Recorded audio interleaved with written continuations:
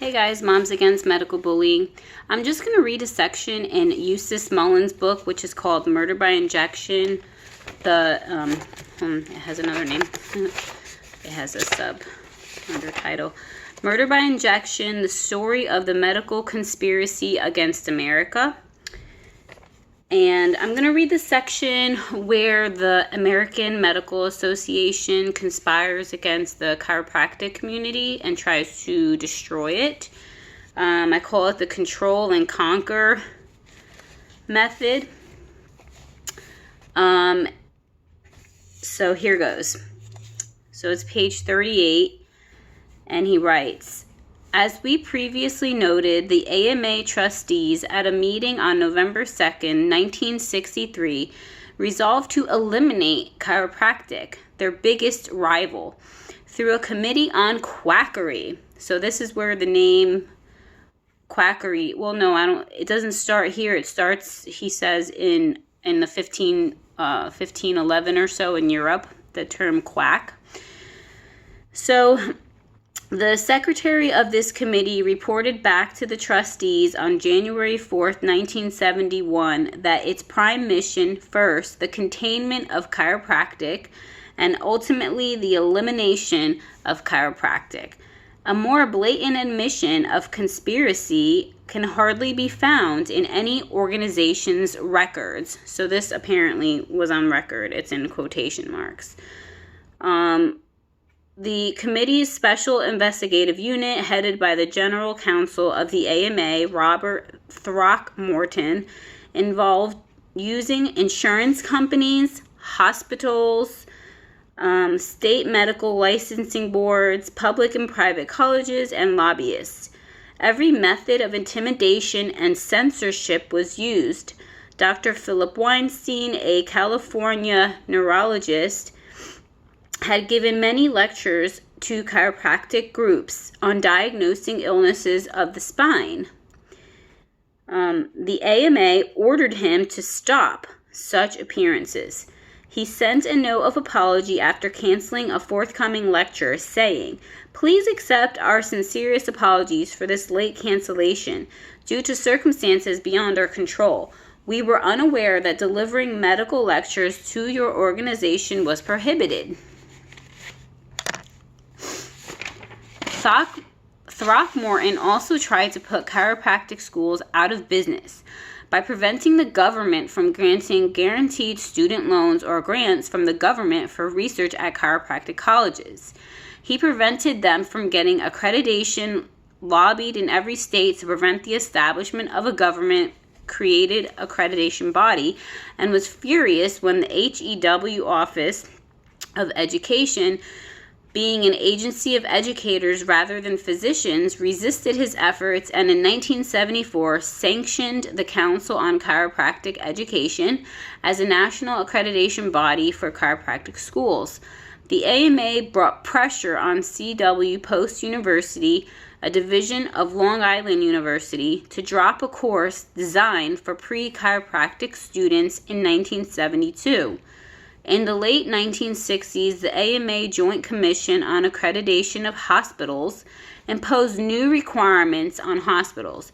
The AMA Principles of Medical Ethics barred its members from all forms of exchange with chiropractors. A JCAH letter, August 13, 1973, to a hospital administrator declared that any arrangement you would make with chiropractors and your hospital would be unacceptable to the Joint Committee. This would be a violation of the Principles of Medical Ethics published by the AMA that is also a requirement of JCAH. On January 9, 1973, the JCAH wrote to a hospital in Silver City, New Mexico, saying, "This is in answer to your letter of December 18th referring to a bill which may be passed in New Mexico, that hospitals must accept chiropractors as members of the medical staff. You are absolutely correct. The unfortunate results of this most ill-advised legislation mean that the Joint Committee could withdraw and refuse accreditation of the hospital that had chiropractors on its staff." The AMA then forced the Veteran Administration to refuse payments to veterans for chiropractic services. These tactics had been reported to the AMA as positive results. A confidential memorandum dated September 21, 1967, by the Committee on Quackery boasted to the trustees that basically the committee's short-range objectives for containing the cult of chiropractic and any additional recognition it might achieve revolves around 4 points. 1. Do everything within our power to see that chiropractic coverage under Title 18 of the Medicare law is not obtained.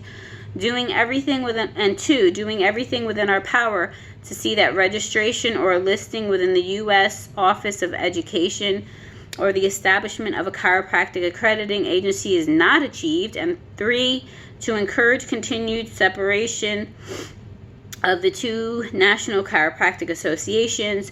4, encouraging state medical societies to take the initiative in their state legislature with regard to legislation that might affect the practice of chiropractic. Because of the flagrant activities of the AMA, several chiropractors finally sued, charging conspiracy. The case dragged on for years, and on August 27, 1987, after 11 years of continuous litigation, federal judge Suzanne Getzendamer of the U.S. District Court found the AMA, the American College of Surgeons, and the American College of Radiologists guilty of conspiring to destroy the profession of chiropractic.